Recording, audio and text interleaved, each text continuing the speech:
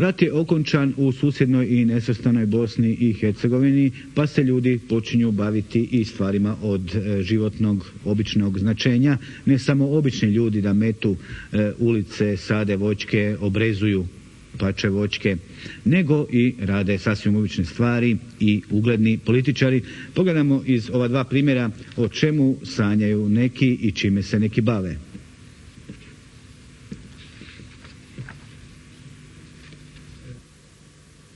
Hoću odmah ključeve, da samo tako mogu upotrijebiti svoju vozačku. Hoću voziti bijelu Ladu, onda ćemo poslije. Gazda Ganiću, golf je ko beba, sve u redu. Dobro, hvala. Mi smo na mom novom autu. Prišarafili smo mu amortizere, ovjes, još treba registraciju. Uglavnom, bit će on pravi. Premda ja ne stanujem blizu. Ja sam bato Apolon među muškarcima. Bez obzira na to kakve zube nosim. Oni su mi prednost kad barim trebu.